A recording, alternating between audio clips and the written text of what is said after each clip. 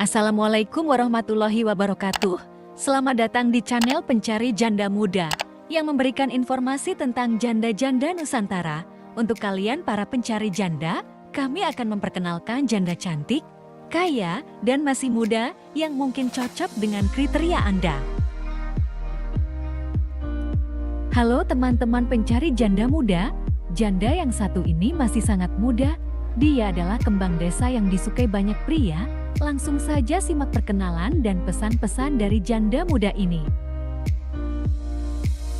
Assalamualaikum Mas, perkenalkan namaku Kusna Mas. Aku janda belum punya anak, aku diceraikan suamiku karena dia selingkuh. Aku siap untuk melayanimu lahir dan batin Mas.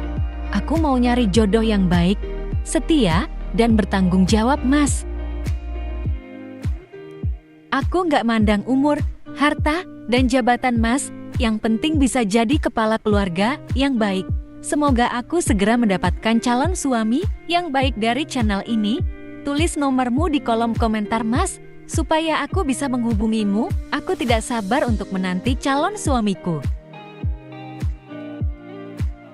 Demikian adalah salam hangat dan pesan-pesan dari janda muda yang cantik.